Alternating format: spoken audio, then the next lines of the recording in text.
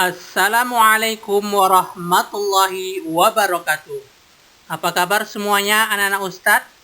Ya, mudah-mudahan kita dan keluarga kita semuanya dalam keadaan sehat walafiat serta selalu dalam lindungan Allah Subhanahu wa taala. Oke, mari kita lanjutkan pelajaran agamanya. Namun sebelum kita belajar, marilah sama-sama kita membaca doa terlebih dahulu. Bismillahirrahmanirrahim. Rabbi jidni ilma warzuqni fahma wa amalan mutaqabbala ya arhamar rahimin. Oke, baik ya anak-anak Ustadz. Sekarang kita masih di tema yang sama, yaitu tentang cinta Nabi dan Rasul dengan subtema teladan Nabi Hud alaihi salam.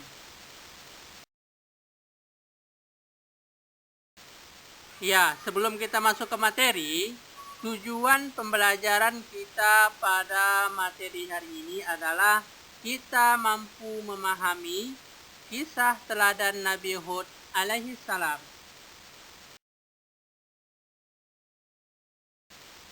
Selanjutnya, anak-anak Ustadz, adapun nilai karakter alfitian yang ingin dicapai pada materi hari ini adalah kita mampu menghafal, memahami, dan mengimani rukun iman dan rukun Islam. Nah, sekarang anak-anak Ustadz, kita masuk ke materi ya.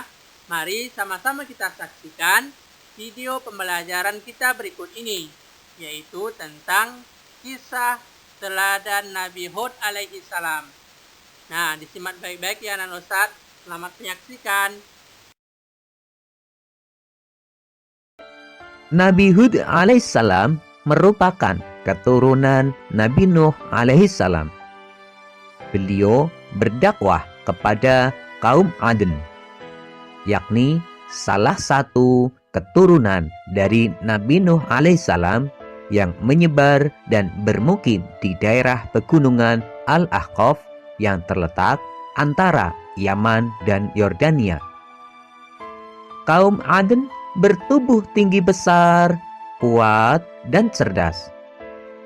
Kaum Aden dikaruniai oleh Allah Subhanahu wa taala tanah yang subur, sungai-sungai yang mengalir, kebun-kebun yang luas, sehingga menghasilkan pertanian dan perkebunan berlimpah, serta binatang ternak mereka pun berkembang dengan baik, tentunya dengan anugerah Allah Subhanahu wa taala dan kerja keras mereka.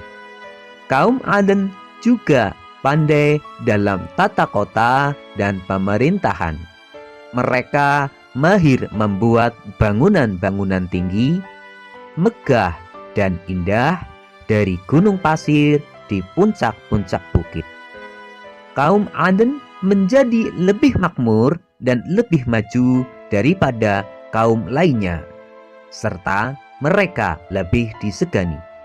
Hal ini membuat mereka sombong dan bermegah-megahan, serta mereka menilai kemuliaan berdasarkan kekayaan dan kekuasaan. Pada awalnya, kaum Aden merupakan kaum yang beriman kepada Allah Subhanahu wa taala. Akan tetapi, mereka mulai membuat patung dari tokoh-tokoh yang mereka hormati. Lama-kelamaan, mereka meninggalkan Allah Subhanahu wa taala dan menyembah kepada berhala dan patung-patung. Berhala yang mereka agungkan adalah Samud dan Al-Ahtar. Kaum Aden menyerang kaum-kaum yang lain di sekitar mereka.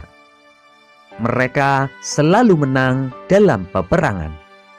Mereka juga berlaku kejam dan sewenang-wenang terhadap para tawanan. Di kehidupan sehari-hari, mereka dipenuhi maksiat, penindasan kepada yang lemah, dan kedurhakaan kepada Allah Subhanahu wa taala.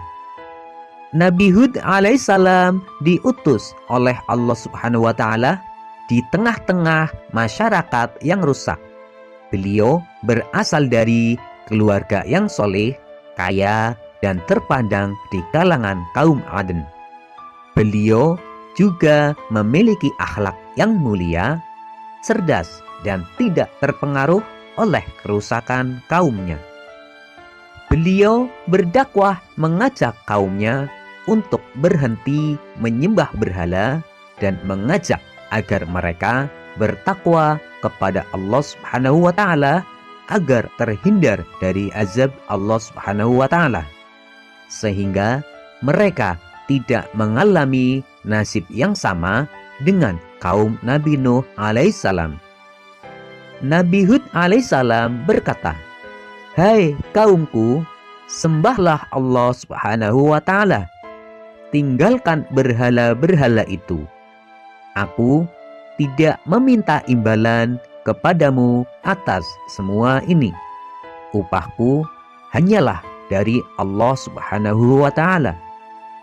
Setelah Nabi Hud alaihissalam berkata seperti itu, kemudian kaum Aden mengatakan bahwa Nabi Hud alaihissalam adalah orang gila. "Dengarlah Hud, sembahan-sembahan kami telah mengutukmu, sehingga engkau menjadi gila. Ucapanmu ngelantur dan kacau. Itu karena engkau menghina sembahan-sembahan kami. Kami tidak percaya terhadap ucapanmu. Datangkanlah azab yang telah kau ancamkan. Kami tidak takut kepadamu." Nabi Hud alaihissalam berulang kali mencoba untuk berdakwah, namun berkali-kali pula mereka menolaknya. Nabi Hud alaihissalam mengadukan kepada Allah Subhanahu wa taala atas perlakuan kaumnya. Kemudian Allah Subhanahu wa taala menurunkan musim kemarau yang berkepanjangan selama bertahun-tahun, sehingga membuat sungai-sungai dan sumur-sumur menjadi kering, tanaman dan binatang ternak banyak yang mati. Kaum Aden dilanda kehausan dan kelaparan yang parah. Nabi Hud alaihissalam menyatakan bahwa Allah Subhanahu wa taala akan murka kepada siapa saja yang menyekutukannya. Kaum Aden menjadi bosan dengan dakwah Nabi Hud alaihissalam. Mereka semakin berani hingga menantang Nabi Hud alaihissalam agar mendatangkan azab yang pernah disampaikan saat menyampaikan dakwahnya. Nabi Hud alaihissalam terus berdakwah dan tak henti-henti mengajak kaumnya untuk kembali menyembah Allah Subhanahu wa taala. Nabi Hud alaihissalam berkata, "Hai kaumku, mohonlah ampun kepada Allah Subhanahu wa taala. Niscaya Ia akan menurunkan hujan yang lebat dan menambah kekuatanmu. Akan tetapi kebanyakan dari kaum Aden itu tetap pada kesesatannya. Mereka tetap memohon kepada berhala itu agar segera menghentikan kemarau dan segera menurunkan hujan. Allah Subhanahu wa taala pun memerintahkan kepada Nabi Hud alaihissalam agar meninggalkan daerah Al-Ahqaf tersebut bersama para pengikutnya, karena Allah Subhanahu wa taala akan segera mendatangkan azabnya kepada kaum Aden. Nabi Hud alaihissalam taat pada perintah Allah Subhanahu wa taala. Kemudian muncullah awan hitam yang membentang di langit, gumpalan awan yang sangat tebal dan luas. Melihat hal tersebut, kaum Aden sangat gembira. Mereka berlarian sambil berteriak untuk menyambut awan itu. Mereka mengira hujan lebat akan segera turun. Namun hujan tak kunjung datang. Justru yang terdengar adalah suara gemuruh yang menakutkan, angin bertiup sangat kencang dan terasa sangat dingin sekali. Orang yang semula menyambut hujan menjadi panik. Mereka berhamburan dan mencari tempat perlindungan. Bencana angin kencang tersebut berlangsung selama 7 hari 7 malam dan merobohkan apa yang dilaluinya. Pohon-pohon, gedung-gedung megah, rumah-rumah, patung-patung, berhala, semuanya rusak binasa. Dan mayat-mayat kaum Aden bergelimpangan di mana-mana. Sebagaimana dijelaskan dalam Al-Quran surat Al-Haqqah ayat 7, yang artinya Allah menimpakan angin itu kepada mereka selama 7 malam 8 hari secara terus-menerus. Maka kamu melihat kaum Aden pada waktu itu mati bergelimpangan seperti batang-batang pohon kurma yang telah kosong atau lapuk. Nabi Hud alaihissalam dan kaumnya yang selalu taat beribadah dan menjalankan perintahnya selama hidupnya diselamatkan oleh Allah Subhanahu wa Ta'ala dari azab itu. Kemudian mereka hijrah ke Hadramaut, hidup tenang dan damai di sana hingga wafat. Berdasarkan kisah Nabi Hud alaihissalam tersebut, keteladanan yang dapat kita ambil adalah jangan bersikap sombong.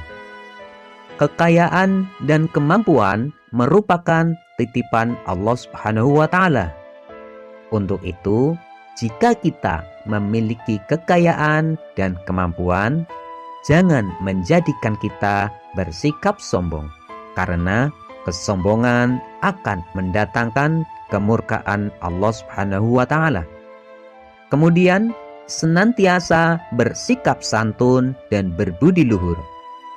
Meskipun kita berhadapan dengan orang-orang yang kasar kepada kita. Kemudian, taat dan patuh kepada Allah Subhanahu wa Ta'ala. Karena apa yang disampaikan merupakan jalan keselamatan buat kita. Yang terakhir, janji Allah adalah nyata. Semua janji yang Allah katakan akan menjadi kenyataan, baik itu kenikmatan maupun azabnya.